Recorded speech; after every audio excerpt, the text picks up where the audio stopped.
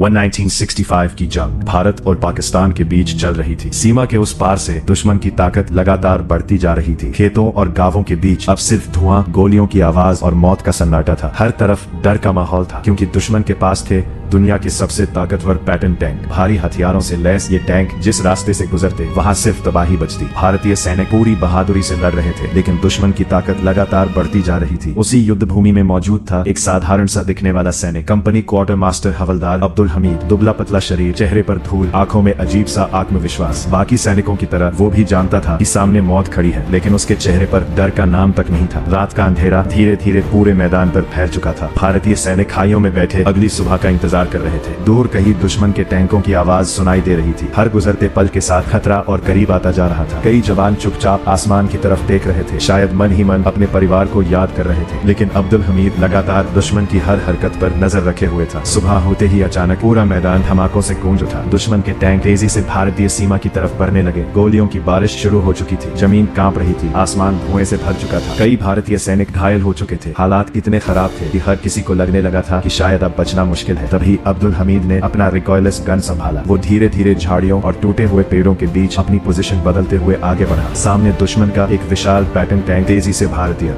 मोर्चे की तरफ बढ़ रहा था। कुछ ही सेकंड बाद अब्दुल हमीद ने निशाना लगाया। पूरा मैदान जैसे एक पल के लिए शांत हो गया और फिर एक जोरदार धमाका हुआ। दुश्मन का पहला टैंक आग के गोले में बदल चुका था। भारतीय सैनिक हैरान रह गए। जिस टैंक से सब डर रहे थे वो कुछ ही सेकंड में तबाह हो चुका था। लेकिन लड़ाई अभी खत्म नहीं हुई थी। दुश्मन के बाकी टैंक और तेजी से आगे बढ़ने लगे। अब्दुल हमीद बिना डरे अपनी जगह बदलता रहा। गोलियां उसके बेहद करीब से गुजर रही थी, लेकिन उसकी नजर सिर्फ दुश्मन के टैंकों पर थी। कुछ देर बाद उसने फिर निशाना लगाया। दूसरा टैंक भी आग में जलने लगा। अब दुश्मन के सैनिकों में अफरा तफरी मच चुकी थी। उन्हें समझ नहीं आ रहा था कि आखिर कौन उनके टैंकों को खत्म कर रहा है। चारों तरफ धुआं, आग और चीखें गूंज रही थी, लेकिन उस अराजकता के बीच अब्दुल हमीद लगातार लड़ता रहा। भारतीय सैनिकों का मनोबल अब पूरी तरह बदल चुका था। जो सैनिक कुछ देर पहले डरे हुए थे, अब वही पूरी ताकत से दुश्मन का सामना कर रहे थे। अब्दुल हमीद अकेले दुश्मन की पूरी टैंक रेजिमेंट के लिए खतरा बन चुका था। उसने तीसरे टैंक को भी तबाह कर दिया। हर धमाके के साथ दुश्मन का आत्मविश्वास टूटता जा रहा था। अब पाकिस्तान की सेना समझ चुकी थी कि अगर इस सैनिक को नहीं रोका गया तो उनका हमला पूरी तरह असफल हो जाएगा। दुश्मन के टैंक अब सिर्फ एक ही चीज खोज रहे थे, अब्दुल हमीद की पोजीशन। लेकिन वो हर बार अपनी जगह बदल देता। कभी खेतों के बीच, कभी झाड़ियों के पीछे, कभी टूटे हुए पेड़ों के पास। युद्ध और खतरनाक होता जा रहा था। आसमान पूरी तरह काले धुएं से भर चुका था। चारों तरफ सिर्फ आग और बारूद की गंध थी। तभी दुश्मन ने भारी जवाबी हमला शुरू